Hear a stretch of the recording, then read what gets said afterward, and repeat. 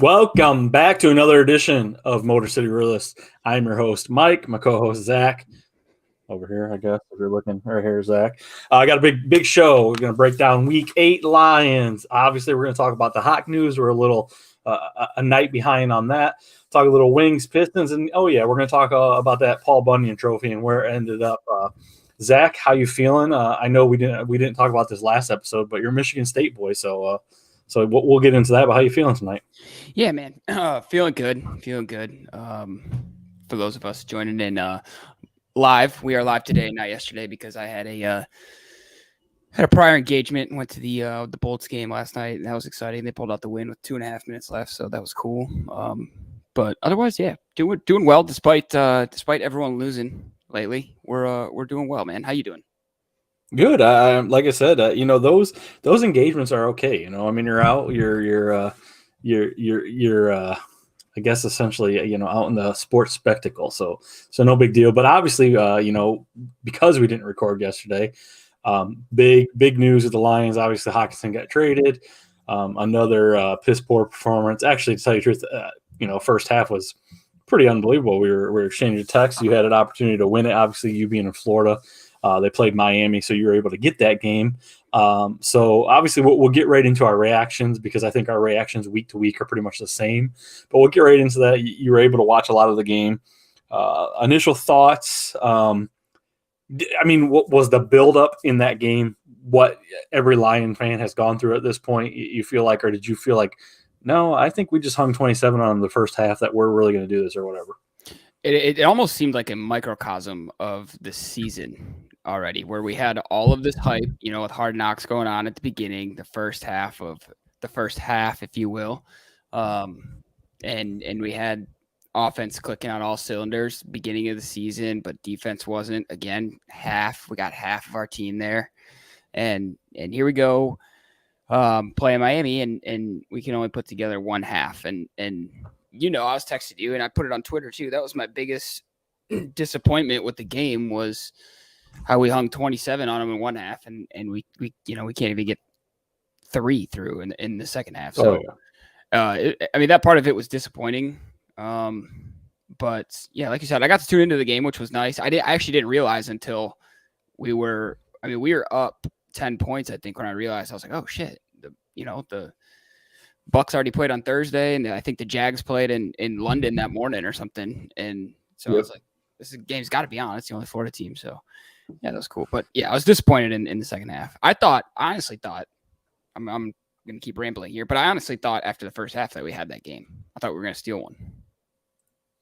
And you know what? Yep, there it is. For those of you joining in on the podcast form, we go live on YouTube. We got comments in here, and Kev from Belly Up, he's an Alabama guy, so I don't even know how you pronounce it. Unfortunately, Tagovailoa. Yeah, I can't pronounce his name, but either way, it's funny going into that game. I've got DeAndre Hopkins in my fantasy league, and I've also got Jalen Waddle. And for some reason, I had Hopkins starting, and I was like, I'm just going to roll the dice with Hopkins. And I was like, God, I can't be the homer and hope for the best. I knew with the secondary the way it was in Detroit, I was like, I had to start Waddle. So obviously that paid off for me.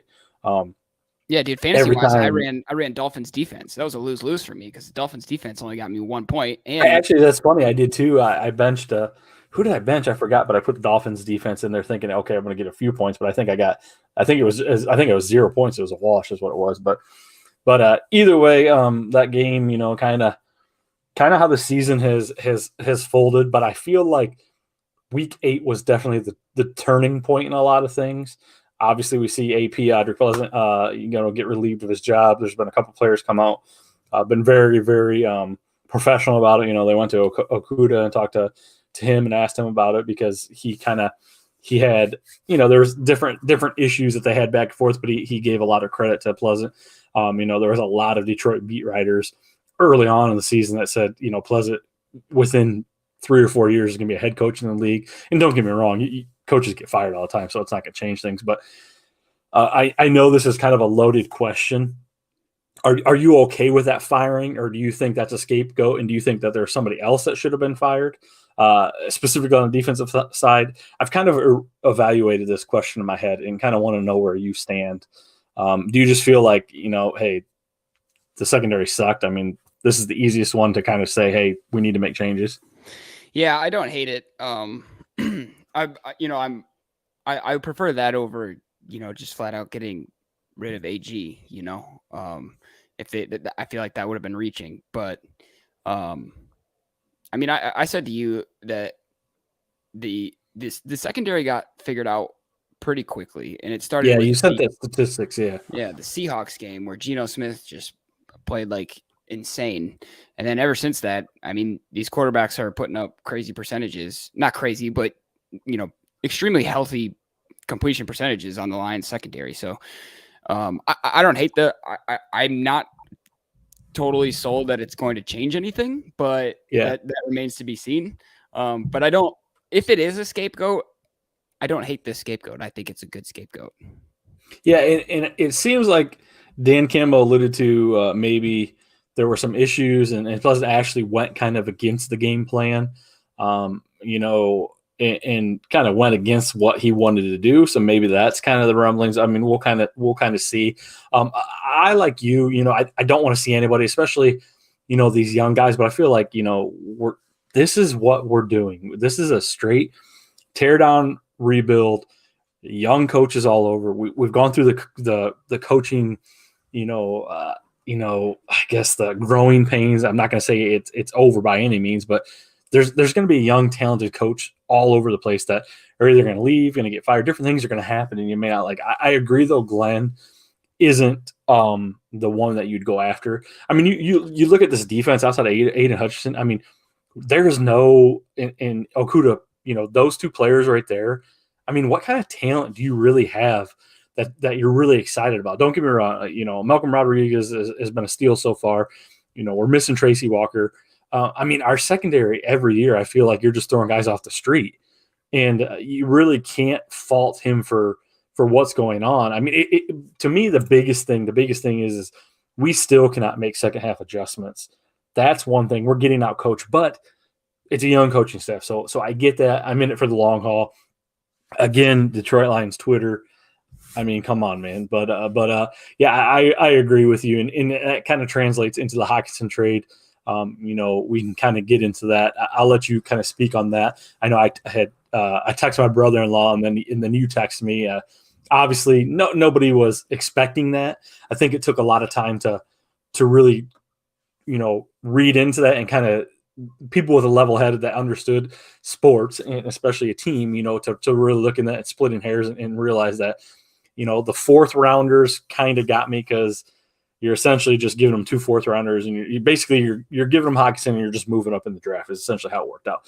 But basically, if you split hairs, I mean, you're essentially getting rid of a player that it sounds like they loved outside of his blocking. He was going to be out for big money. You're not going to pay him that. He wasn't part of that. So what was your take on the Hockenson? Obviously, everybody's surprised, but how do you feel? Are you indifferent? Are you upset? Or do you feel like we did okay there? Yeah, you sent it to this happened yesterday, right? It was like yesterday during the day. You sent it to me.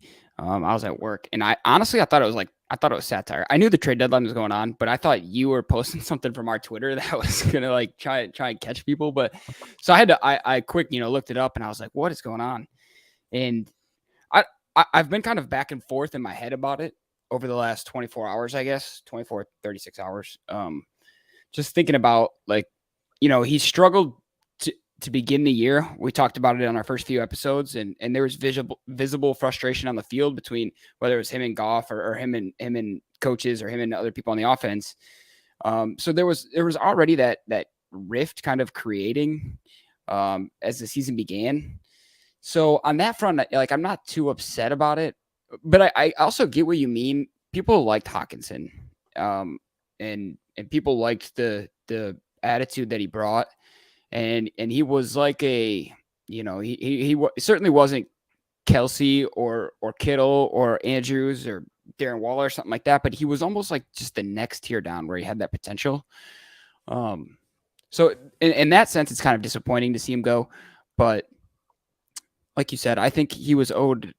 It was north of $9 million next year, right, or something like that. Yeah, and I think with bonuses and everything, you're around 14 or 15 million, something like that. Yeah, And then he's some then he's free agent after 2024, so you got to pay him the big money. So I understand it. But yeah, like you said, I mean, he was tight ends. There's a huge drop off after tight end, and he yeah, was right there. And then after that drop off, but it's kind of weird because Brad Holmes, I've always liked him. I've never really dove into different things, but the one thing I did notice this offseason is when we were drafting, we drafted a tight end late, and I was like, oh, okay, whatever, And it's like these guys are on five. I think Holmes is on a 5-year contract and Campbell's on a 6-year contract. So they knew coming in, this is a long haul. We've got to build the team. So it's really weird looking back at the draft and saying, okay, why did we do that? But now you're looking, okay, so maybe this was the plan all along. Here's what I think, and this is where I'm getting week 8 of the season. We had a great draft. We have some talent. We had a great offense. Even though we lost right away, 3 weeks of the season we led the league in offense. So we had something going, something to build on. Our defense, they were trying to tweak it. So my thought here is they knew this was going to be a building process, but I think really that they thought there was a glimmer of hope that maybe we could make a run this year, and they were just going to kind of ride it out. But I feel like the wheels are coming off, and the trade deadline came, and it's like, okay, now we're going to essentially stick to that plan that we had. I'm not saying they wouldn't have traded Hockenson, but I think if you're winning, that's a lot harder trade to make with a young guy like that. But I feel like this is a huge, elaborate plan that, as a Lions fan and not a Lions Twitter slappy, you have to understand it. The cap. I mean, we're gonna have I think they're talking we could almost clear like $63 million in cap next year. So I mean, you could essentially build a brand new team. You're gonna have right now you're sitting at the number 1 pick and the number 13 pick plus 2 second-round picks. So do you ever look at it like that? This just kind of struck me yesterday when I was I take a lot of comfort in that theory. If that was the plan. Does it make you just feel better that I said that? Yeah, if that was the plan all along, if this was the plan and we were, if we weren't in a spot where we thought we were a contender, we were just going to ship Hockenson off before the end of his contract, then I like it. I like them sticking to the plan, and if that was obviously, hindsight's 2020. So if we think about it like that, we're like, well, they're sticking to the plan all this time later after drafting Hockenson, so things must be going according to plan. And I don't know. I take some I'm now in your camp on that theory that this was the plan all along. And I almost want to say now that they were like purposely pissing Hockenson off in games 1 and 2 of the season just to make it easier. I don't know about that, but what makes it worse is him going inside the division, because the way this works with the Lions every time is he's going to score. You're going to see him 2 games a season. He's going to score 2 touchdowns each time. He's going to kill you. He's going to kill you. Yeah. Tight ends have always killed us. Now, we've got that guy. I mean, maybe they figured him out and maybe they know how to defend him, but I don't know. But I guess kind of off script, with Jameson Williams, they keep pushing it back. They said he's about a month away. Do you think, I mean, if we continue to lose, let me back up a little bit. We got Green Bay on the schedule next week. Okay. Any chance that's at home? Any chance we win that game? If I say yes, then there's no chance we win that game. But if I say no, then I still don't think we win that game. So I don't think so. No. Even with, there's a slimmer of hope because Aaron Rodgers is not Aaron Rodgers this year, but you and I have openly speak about, I don't think we've even done it on this show, on our last show, What's Up Belly Up. We always talked about Rodgers. Rodgers was one of those guys that you just wanted to smack in the face. He just couldn't get out of the news, but he always finds a way to win. And he always, obviously, now you don't have Devontae Adams. They don't have the raw wide receivers, but and they can't get their running game going. But because I say that, they're going to go into Ford Field and probably have 250 yards rushing and barely have to throw the ball, and they're going to beat us. But I know I'm kind of getting ahead of myself because I was asking you different things. So, when we looked at the schedule early on, we were 8-9 wins. I even might have said 10. Now we're hoping maybe 2-3. I'm thinking this is a huge opportunity for the Lions. even with Rodgers, I just feel like he's kind of like Tom Brady right now. He just acts like he doesn't care. And I think that'll piss me off even more if he comes in and just kind of slings it around. But depending on what happens this week, if we continue to lose, do you think with Jameson Williams, do you think, they know, I mean, we got kind of a diamond right here. We don't know what he's going to do, but we know that once he's ready, it's full force. Do you think that if we continue to stink up the joint that he sits all season, or do you think they have to at least kick the tires on him at some point? Yeah, I think not.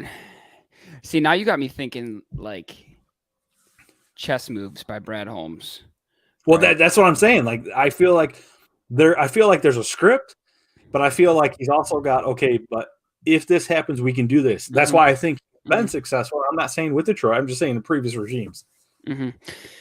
Yeah, I think if we keep going the way we're going, it would be smart not to play him, especially if in the draft we get a quarterback. Now, I know we've mostly been talking about that with the money that we owe Goff, that we're not going to draft a quarterback. But if, like my brother, I talk to my brother about this all the time. He wants Hendon Hooker out of Tennessee.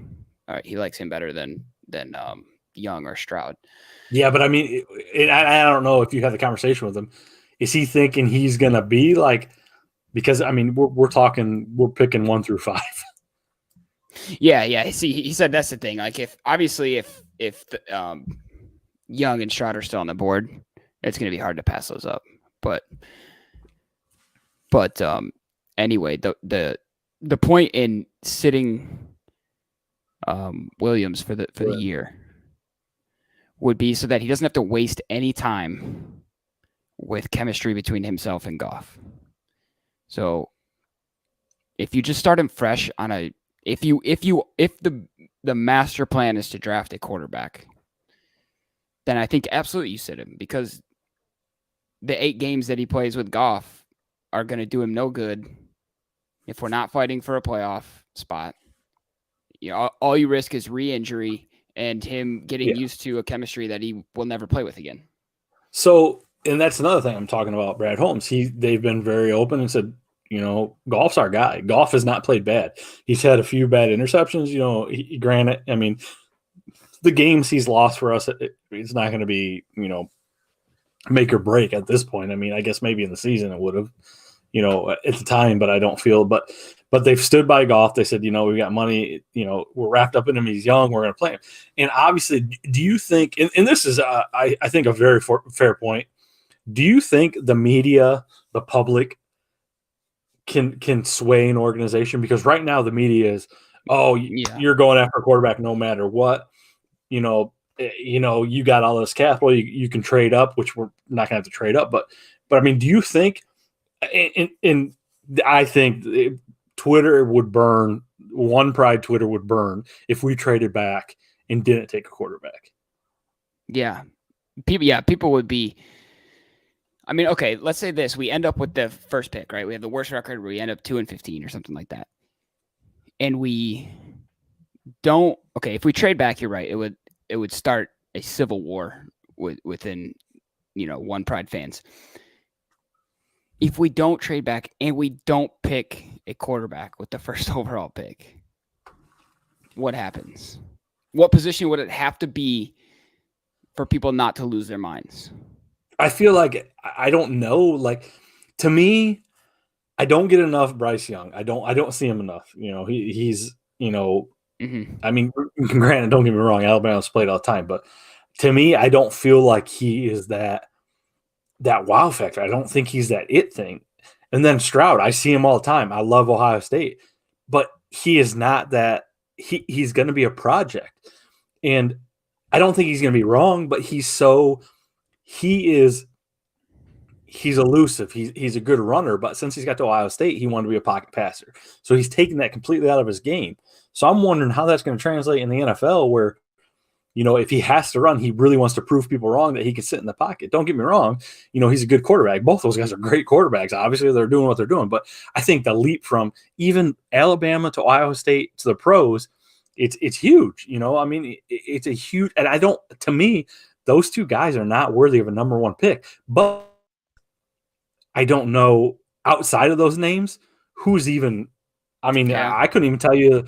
I haven't done a lot of draft prospects this year. Like I couldn't even tell you who the potential draft picks would be this year in the top 10. Yeah, I don't even know if Mel Kiper knows yet. I don't know how they're probably always working on those big boards. Oh, they I don't know. got draft picks out when they're in high school. But if we got a quarterback like that, right, and decided we weren't going to roll with Goff for the rest of his contract, it extends the abilities of the offense, obviously, right? Because these guys are mobile. But if you've got Williams coming back off of injury, you got his speed, right? And then you've got St. Brown's route running and just all around. Whoever you plug ability. in as a quarterback, the offense is set. Yeah, because we've also got Swift and Williams in the backfield, and you can do all sorts of you're And almost one of the best offensive lines. Yeah, you almost look like when the Chiefs were absolute juggernauts, you almost look like that offense. I mean, you're not nearly as good, don't get me wrong, but you still kind of look like that, and then you can kind of make up for your defense not being so good, or you can come back. My thing is, so say we take a quarterback, which everybody expects us to do.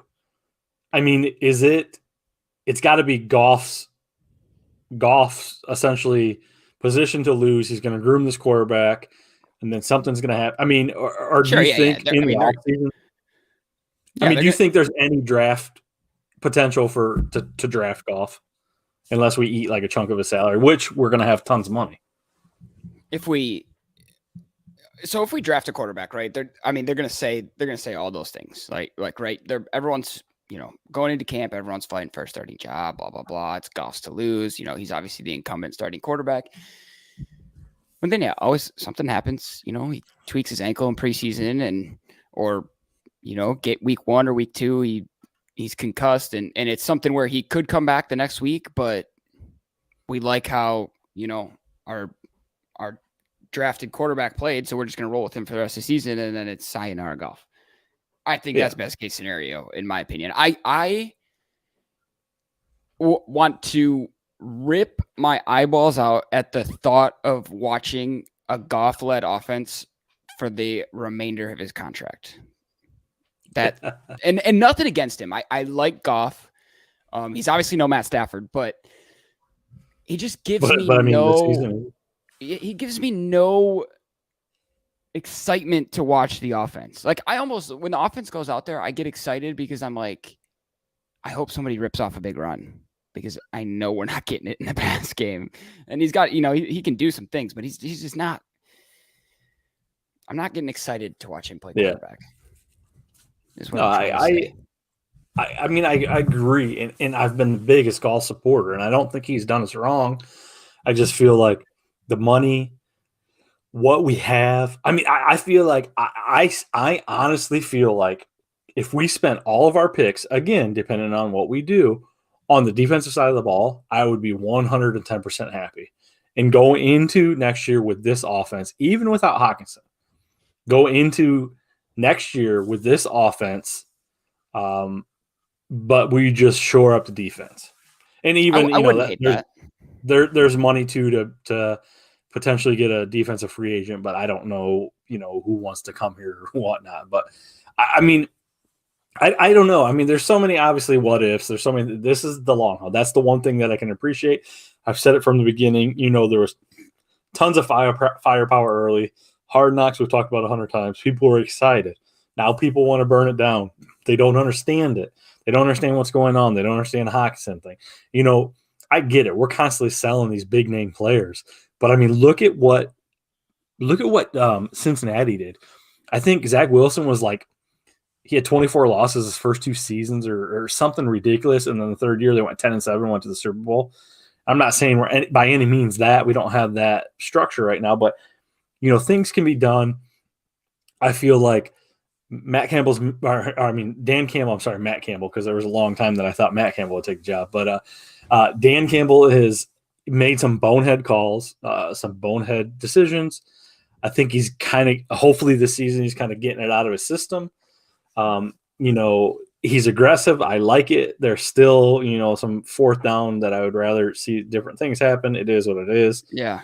But I feel like this is almost like, and it's bad because his personality is like, oh gee, or like, oh shucks, So like Yeah. people either love that or I hate that. So now that he's losing, it's like you look like a big buffoon, but it's like really like, okay, maybe we're trying to do these things. I'm getting these things out of the way this year, see what works, and kind of really, because they knew, hey, Sheila said, you got 6 years, maybe we'll give you 4 years if things are working out. Or I mean, if things are going bad, and then 6 years if things start to go good. So basically, do what you got to do, build the team, build the people around you. Him and Holmes, are tight. So I don't know. I guess Yeah, I saw it's really hard speaking to of Dan speculate. Campbell, I saw some headlines floating around that he was on the hot seat. Do you think he's just like, do you think he's as safe as can be? I just think that's what the public wants. I think that's what the media Yeah. wants, because he came out and pretty much said that she stands by him. But also, you see things happen all the time. So I just think like to do that, to have him signed to a 6-year deal, to say you're committed to him, and then get rid of him even in the offseason, if we shit the bed, continue to shit the bed, I think there's no way. The players love him. I mean, Patricia tore us down to the studs. I mean, he burned us. I mean, he completely gutted this team. This team was horrible. I mean, he got rid of everybody. People were on the books for the stupidest things. I mean, he finally, we got somebody that's winning over the players. Granted, a lot of those guys are gone, but even the guys that are gone now appreciate, Campbell. They seem to appreciate him and what he's doing, because I think Darius Slay, Quadre Diggs, all those guys still continue to check in. I saw Kerryon Johnson posting the other night. They continue to check in to make sure that, they appreciate where they're drafted regardless of the coach. So I think there's always a spot for them in Detroit, but I just think Campbell's really, really got a lot of buy-in. So I just don't see it happen. I don't see him being on the hot seat. They can say all they want, put the pressure on him, but I think Glenn would go before him. But again, I think both those guys pretty much have the entire season to do what they need to do, because defensively there's no talent. I think on the offense we've overachieved already. We should be happy. But I think one of the biggest questions, and I want to ask you this, is, which I was surprised, would you have been more surprised if Swift was traded as opposed to Hockenson? Yeah, absolutely. Really? And I probably would have been. I mentioned when you sent me the Hock trade, I was kind of flip-flopping back and forth, because I personally didn't love Hockenson. I liked him, but I wasn't one of those guys that was like, he's a top 5 Lion. He wasn't even like a top 5 Lion for me. So I went back and forth on it. But if you would have sent me something that said Swift was traded, I would have been, steam out my ears on this episode, probably. So then let me, I got a lot of loaded questions. I've had these in my head for a while. So let me ask you this. If you had to keep one running back, Williams or Swift, who would you want? I think I'm keeping Swift. Yeah. I know I sent that. I think I sent it today, where Williams. Yes, I was just going to get to that. Yeah. That's a hard to believe stat. Yeah, what is it? Because I don't know it off the top of my head. I know I sent it earlier. He and Barry Sanders are the only. I mean, he tied Barry Sanders four games with multiple touchdowns. It's only him or Barry Sanders, and rushing touchdowns. The record is only 4 games for Detroit, so that's whatever. But I didn't realize he already had 8 touchdowns, or at least 8 touchdowns. Yeah, and okay. From a fantasy perspective, he's great, obviously, and Swift's kind of injury prone, But anyways, we talked. I knew there was enough to talk about that. We can go on and on about the Lions. Obviously, that's the focal point. We're going to get to other things. Basically, we're going to get into the wings. Give us our wings update. You are the guy here. You put I wouldn't say you put a few players on blast last week, but you said they weren't playing up to perform or to standards. Where are we at with the wings? Obviously, I know, but for the people following along, what are the wings looking like the past couple games? Yeah. So, first I'll own up to what I said. I was blasting Lucas Raymond. He's in his sophomore slump, which is not new to NHL guys, but it's still tough to see. But anyways, we had a game since last episode where we played the Minnesota Wild, and I think in history, very short history for him because he's only had 1 rookie season, but he was averaging more than a point per game against the Wild, which I think they played 2 games last year. So he was the player to watch for the game, right? He historically plays well against the Wild, and then he goes in, he scores 2 goals. He's off the schneid, as they like to say, and on the score sheet. So that's good. Otherwise, though, we got smoked by the Sabres 8-3. I mean, the Buffalo Sabres, that is a tough one to swallow. And I know we're supposed to be realists here, Mike, but I almost want to say same old Red Wings. And I know it doesn't sound right to say that because they're not. Before the show, you kind of alluded to that. Because I just said, I said last episode that we were playing like a playoff team. And we weren't necessarily, I wasn't saying that we were on a track to be in the playoffs, but we were playing like a playoff team. And ever since I said that, we've played like a tanking team. And it drives me crazy, man. It drives me crazy. So, I mean, I know we kind of talked about this, like expectations. I don't know what the schedule looks like. I don't even know if you dove into it. Expectations maybe in the next 5-10 games. I mean, obviously it's early in the season. We continue to talk about that, but I mean, and I'm scrolling through my phone here, just trying to look at different things because the Pistons are playing too. But like, what's your kind of expectations? I mean, I know we talked about this, but I mean, season expectation. I think early on you said there's a real chance that maybe they could squeak into the playoffs. Again, very early on. Do you still feel that way? I feel like there's going to be a lot of ups and downs, so there's going to be a lot of mood swings and mind changing here. Yeah, I feel like my answer. Yeah, I mean, you just hit it on the head. My answer is going to change, I think, every episode until we're like 60 games into the season. I think. Right now, I'm going to say no, not a playoff team. I don't think that. I think they came out. This is how I was thinking about it on my couch the other day. I was, a couple dubs deep, and I was like, we came out hot because we're a young team, right? And we got a new coach, and we've got all this hype, and we're on our way back to being Hockey Town again. And so there's just kind of like that first punch in the fight. And then all the good teams, after their first 3 or 4 games, all the good teams will adjust what they're doing, and they'll adjust their forecheck or their defense or their neutral zone approach and stuff like that. And they start to solidify and they become tougher to play. I don't think we ever did that or haven't done that yet. I think we're still trying to, I don't think we've necessarily gone backwards. I just think we're still trying to build our identity. And we caught teams by surprise at the beginning of the season because we're just a little bit tougher to play than we were last year. But look at this comment we got from 18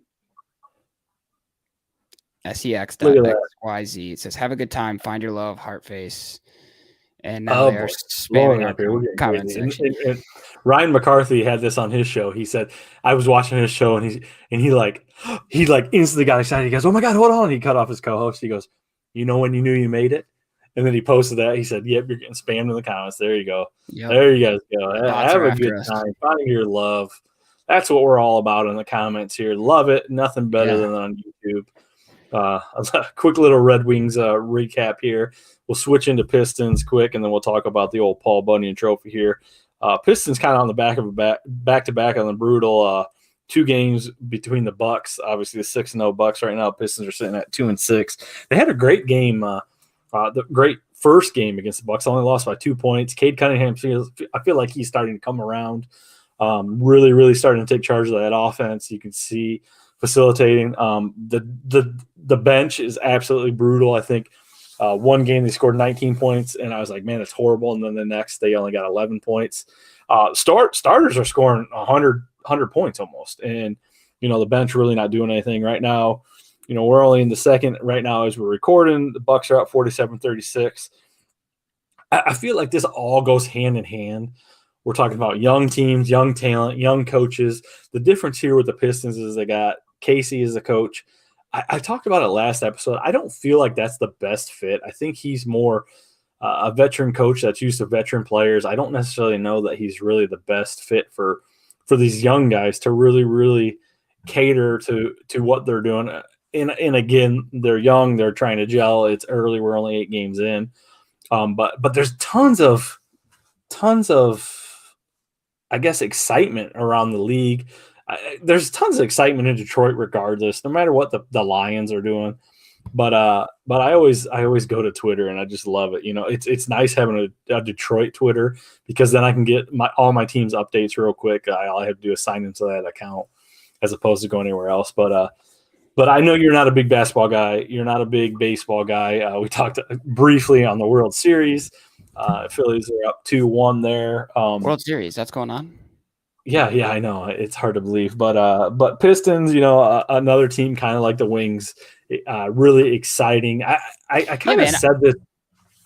What's that? No, I didn't mean to cut you off. Go ahead. No, I was just gonna say I kind of said this. It kind of is like baseball. You talk about these young guys coming up, getting the rotations, getting the lines in.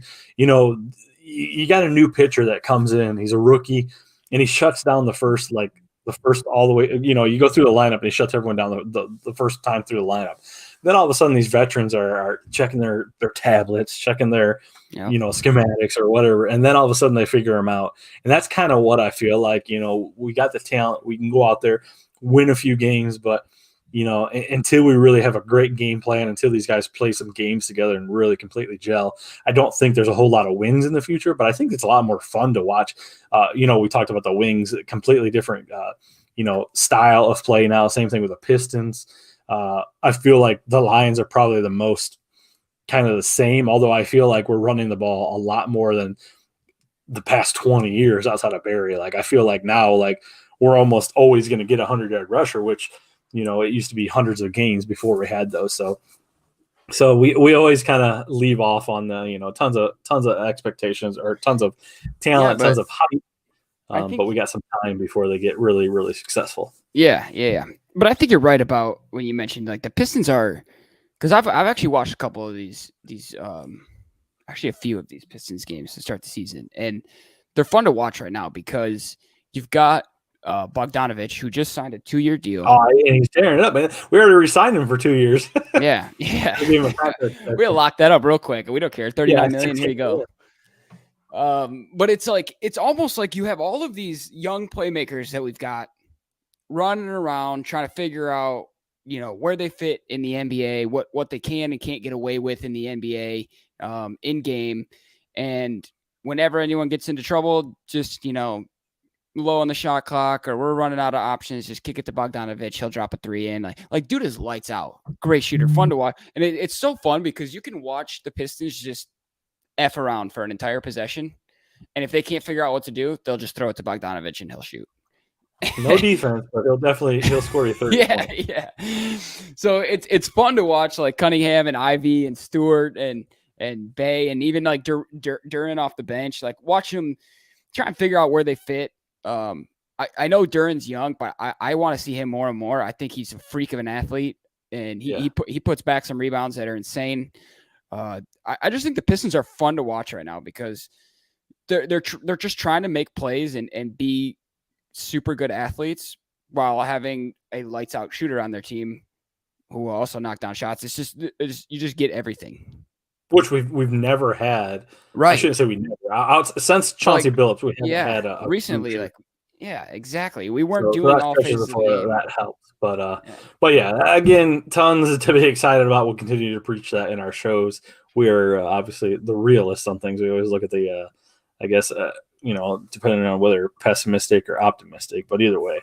So usually before we end the show, which we're not going to get into that right now. I'm sure this will take a little bit of time here. Michigan State, Michigan, everybody's seen it. Everybody's talked about it. Everybody wants to blame somebody. You got one coach this, one coach that, one player this. You're a Michigan State guy. I'm not asking you who to blame because I think that's a loaded question. But what is your thought, especially after a Penn State situation earlier in the season with the one tunnel in Michigan? And don't get me wrong, that stadium's been around for years. Mm-hmm. So what's your take on the situation? What are your thoughts? And do you think let me ask you this. What's your take on it? And do you think that this is going to make a change for another tunnel or something in Michigan? I think it might. Because right, the homer in me wants to say, well, there's a common denominator here, right? I mean, you had the Penn State situation, One team. State, right? But I'm not going to say that because we're realists here, so I'm going to be realistic about the situation. And The Michigan State homer, by the way. Yeah. And if I'm being realistic about the situation, right? I think it was at least last I saw, 8 Michigan State players have been suspended indefinitely. Yeah, 4 the other day and then 4 today or something. Yeah, it was a terrible look for Michigan State. To be honest, I didn't see this live. I watched the game, but I turned it off. Yeah, I think halfway through the fourth quarter because it was over. So I didn't see this happen until later when it was like going viral on social media and everything. And man, I mean, yeah, I think they're gonna have to do something about the tunnel. But I also be better people. It's you can't really blame the tunnel for people being shitty people. So I think there has to be some preparation. At least if there's going to be one tunnel, like, listen, guys, when this game ends, we're all going to have to go down the same tunnel. All right. And here's what is expected and here's what's not. And obviously, if they want to make their own poor decisions after that, then they'll, you can't totally control another human being. But point being, I don't know if there was a whole lot of prep going into that or if obviously nobody knows. Nobody knows what was said in the tunnel. Nobody knows what was done off camera in the tunnel. We don't know any of that, but it's a bad look on Michigan State. It's a tougher look on Michigan's tunnel. That's all I'm going to say. And I've honestly seen a lot of, now that this has happened, I've seen a lot of videos come out where Michigan, Ohio State, when Ohio State's walking in front of them, Michigan gets right behind them. It's kind of like any big game. You got they meet at the 50-yard line, they're scrapping. They're trying to get at each other, and it's almost like a lot of that's for show because somebody's in between you, like holding you back, like oh man, it's really not gonna happen. But it's like, oh shit, if I really get loose, what do I gotta do? But basically, I've seen some stuff. Michigan, and basically it's just chopping, talking, throwing the finger up, stuff like that.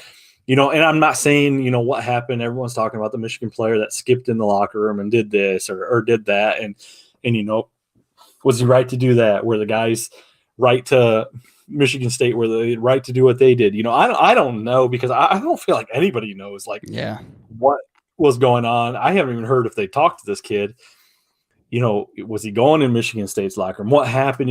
But I feel like here's what I'm going to say from a standpoint. You get Harbaugh's reaction. It's despicable to find the kids, find the athletics. These kids should have charges. I agree. I mean, something like that. But on a bigger scope, like you said, dude, every time you go to that stadium, and I would assume Michigan State knows this because they're a Big Ten school. Same thing with Penn State. You're not talking schools that come visit once every 20 years. Yeah. You're going to walk in a tunnel. Can those coaches not say, hey, we're going to take our team through. We're going to give you the courtesy 10 minutes. I know, halftime's the stuff you got to go. But at the end of the game, I guess there's a lot of things going on. But I feel like as adults and these kids, they're kids. I mean, whether you want to say it or not, they're kids. I'm not saying it's right, not saying it's wrong, but you would think as a leader of the program, the coaching staff, that there'd be something different as opposed to, and again, I don't know. I didn't see I'm like you. I just saw kind of the quick video, different things. And I saw Tucker kind of go to backhand a fan and different things. It was just, like you said, it was a horrible look for both teams, whether it was one black eye for one black eye for the other, I don't know. I mean, like I said, does a Michigan stadium that holds, the most, and I think college football, I think, is pretty close. Do they put a tunnel in? Can they do something like that? I mean, and are we going to hear weeks down the road that this has been an issue for years and years and years, or is this team is just who they are right now? And I'm not blaming the Michigan players. I'm just saying everything's different now. Yeah, and it's their, it's again, this is a homer of me, but it's their tunnel, right? So they know the tips and tricks and the little the ways to use the tunnel to their advantage the best because they're around it every day, so. I mean, you've seen this in the pros. You've seen different altercations, different players going different. I mean, I get it. And there's security. I watched that video, and don't get me wrong, but I think the one video, was the video shot by a recruit's mom or something like that. I thought I saw. Don't even know. I think it was something like that. Like, and then you got whether it was the coaching staff or security, there was cops there. Like, they all acted like they could care less about what was going on. I did notice that. Yeah. And I mean, either way, like I said, these are kids. That's what I'm getting to. I'm not saying it's right by any means. I guess I said, yeah, there should be charges. I do think, like in the heat of battle, I know I've been angry. I know sports, I've done some things, but I don't know necessarily. I mean, I guess it's hard to put myself in that situation. You're in your locker room, somebody else comes in, you just got your ass whooped. It's hard to say, but I don't know. I mean, it's just, I guess all that matters is who walked away with the trophy, the money. But it'll be interesting to see. So let me ask you this: a Michigan State guy, are you a are Michigan State fans a Mel Tucker fan? Man, I liked him when he was first hired, but now I'm like, I don't know. 81 million or something like that? Yeah, I just don't know. Bro, and every time they show him on TV, he's like yelling. Dude, he reminds me of the dude from Next Friday. The dude got like the googly eye that's like his head down. Yeah, man. They'll purposely they can only show him like when he's between words, and they'll like flash him up for like 2 seconds, and then when they see him like ramping up to about to start yelling something, they cut away, and they're like, it's impossible to not get him on there yelling. But I don't know, man. I don't know. Either way, rough season, rough look for both programs. Ohio State's got Michigan November 26th. Looking forward to that. That'll be a Big Ten lineup, regardless of me being a Buckeye fan in Michigan. And then we've got. There's a huge. Not to get too far away from Detroit sports. We got Tennessee, we got Georgia this week. That's a number 1 and number 3 or something like that, or number 4. There's a lot going on in college football. That's why I love college football. I like March Madness too. I love college sports. There's so much. There's so many things that can happen where NFL is week to week, and I feel like you've got your teams, you got your money. You got your players. Where college football, man, it can change in the blink of an eye, and that's what's exciting about it. But we do have a little bit of time before we get too far away. We always end our show on kind of a roundtable topic, talk about anything going on, sports, news related. We don't talk too much about politics. Zach, I always jump to you. I'll start here, and I don't know necessarily what your take is on this, but you gotta love or you gotta hate. I guess I should be careful what I say. Elon Musk, this guy has pretty much told Twitter to stick it. He bought him. He said this. He's. I don't know. By no means am I saying this guy's a genius, but everything that he does, at least for sake of his arguments, he looks like a troll. He looks like the smartest guy in the world. He did all this stuff with Twitter. He visited their headquarters, said he wasn't going to lay all these people off. I love going through Twitter, and then there's all these people saying, yeah, I developed this, and he laid me off, blah, blah, blah. Now he wants to charge $8 for a verification. $8 per month. Have you seen this, Zach? No, I haven't. This is the first time. So everybody that has verification, verified account, basically what he said is he wants to get rid of the fake news, and I'm not quoting him. I know that's a Trump saying, but basically he all these journalists that get verified, all these people that get verified that you don't know who the hell they are. He wants the actual companies that really care about it to pay $8 a month, and people are flipping their lid. And these verified accounts are on these threads tweeting, and everybody's like, who the hell are you? Like, these verified accounts are like saying, oh, you're just trying to take the verification from it. And everybody's like, well, so he's kind of proving his point in these threads. Yeah. Like, all these people get verified. I think they said there's some odd million Twitter accounts, and there's only 300,000 that are verified. Some athletes aren't even verified. They're not on there enough, or they don't really care or whatever. But yeah, so he's looking to charge $8 a month. Zach, once you get off here, you have to check his Twitter. But basically, he is just trolling now, saying that you get what you pay for. Like, basically just like telling everybody like this is going to happen. I don't know. For Belly Up, we've tried to do the verification once. I didn't go through all the steps because they want this and this. And I said, I don't really care. I mean, it is what it is. But in me personally, like, not that I'm famous, not that we do anything special. I could care less about that. It doesn't make me feel one way or another. But it's funny to see somebody come on here and just kind of turn things upside down. My thing is they talk about saying, getting rid of Twitter. I tell you right now, social media, my wife loves Instagram. My wife loves Facebook. I don't use either of them. I am on Twitter all the time. So if Twitter is gone, I don't know if you have an iPhone, but iPhone will always tell me how long I'm on social media. And like each week to week, and it says, oh, your usage is up like 15%. I'm like, oh, shit. So, but yeah, so interesting take there. I know I'm kind of throwing that at you. You got anything that kind of came across your desk or anything? Man, that's funny. I can't believe people are up in arms about $8 a month. That's anyways. Let's see. For the roundtable, I'll throw in the Washington Commanders fiasco going on right now under investigation. I was going to touch on that earlier too. Yeah, for their finances. So maybe finally we can get some justice brought to Dan Snyder and his family. I saw there was another lawsuit presented today too, I believe. Really? Yeah, I guess not much longer after he came out and said that Bank of America is going to be, which I don't even know how that stuff works, but like, yeah, I don't you hire a bank to essentially sell your team because that's how much money you have. Yeah, and like you said, I don't really understand all the semantics of it, but all I'm hoping is that it ends his ownership of the Commanders, so we can all move on from that. Because I'm just sick of hearing it, and I'm sick of hearing about the Commanders being in every bad headline ever. I mean, the NFL is a money grab regardless, but do you feel like that, like, just that made it that much worse and just made Goodell that much bigger of a goon? Yeah, here's my thing. Here's my biggest problem with it, right? Is because we hear it all the time about the Commanders and Dan Snyder and everything that I'm just numb to it, right? But I'm almost ashamed to say that I'm numb to it because obviously there's things going on that we should care about as human beings. But at the same time, that's why I'm saying, like, I just want it to go away because I want justice to be brought so that I can stop hearing Commanders headlines and going, yeah, okay, another one. Because I really probably should care.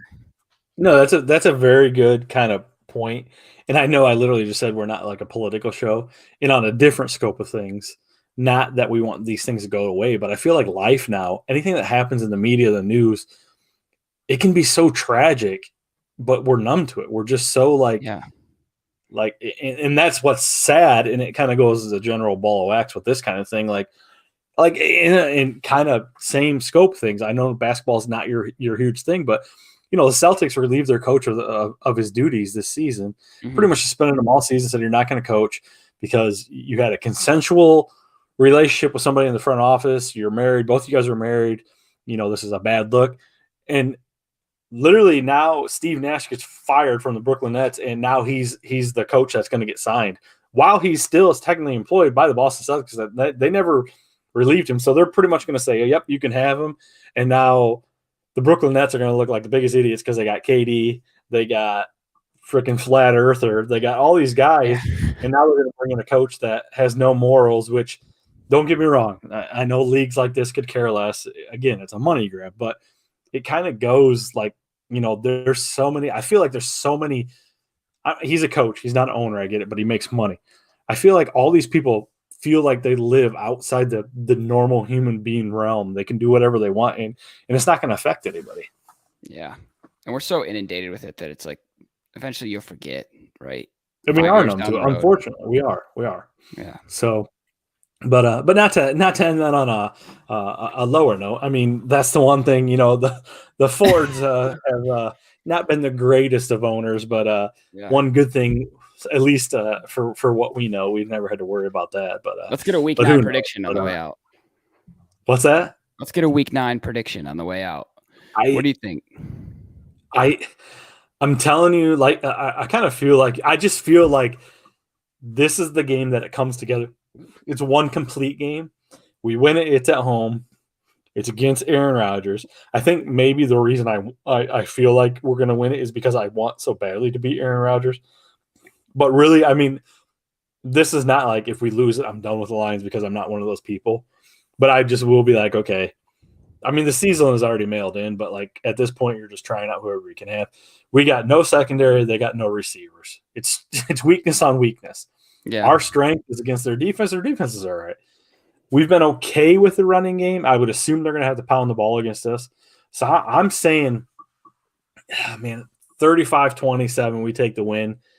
I feel like we come out hot, but we finally make minimal adjustments. I don't think that a defensive backs coach being out is going to change a lot of things. I don't think they're one really game planning. I mean, granted, they're facilitating things, moving people around, but when that call comes in, comes in. So it'll be interesting to see. But I 35-27 Lions. That's nice. I had them. I like how you just said that. That's nice. I mean, that is nice. I like that. But I also had the Packers scored 27 before you said anything. But I have Packers winning 27-13. I think with our secondary being as bad as it is, and Rodgers being one of the most efficient quarterbacks of all time, he's going to be like 17 of 18 with 190 yards. But I'm stupid. Yeah, that's like but like they're going to pound the ball, and we're just not going to have any offense. I think the only saving grace here is that we're playing them at home. I think if we played them for the first time this year at Lambeau, we would get destroyed. And then we would just get destroyed in the second game because they've got experience on us. But this at least gives us a leg up. Maybe we'll score more than 13 points. But for those following along, Swift sat out today. Ankle injury, shoulder again.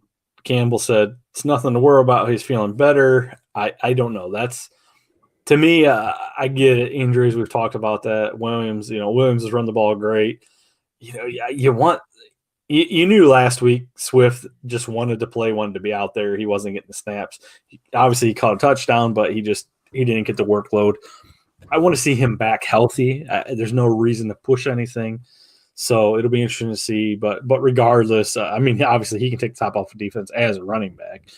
But I'm really excited to see us line up against their defense and then our defense against their subpar receivers. I mean, I feel like I've said this on every show before. Like, you got a rookie. I feel like every time they know that somebody's a rookie, they have like a career game against us, no matter what team it is, whether it's the Lions, the Tigers, the Pistons. I get they know this guy's a rookie, blah blah, and he just sets the world on fire. So we'll see what these guys do. But anything before we head out? That's it. That's it for me. Well, chocked full of great content there. A lot going on. Hock being gone. Paul Bunny and Wings Pistons week 8. Hopefully a little different reaction next week. We can bring some joyous news to everybody. But in the meantime, for anybody that is on Twitter, check us out at Motor City Real. Obviously Zach and I's Twitter handles there. It's at Zach. It's Zach Mack, and he's Zach with a C. And I'm M Brown OH21. Check us out. Find us on Twitter. I'm always there, creeping in the shadows, loving the old Lions Twitter. I mean, the world's on fire compared to what you would see.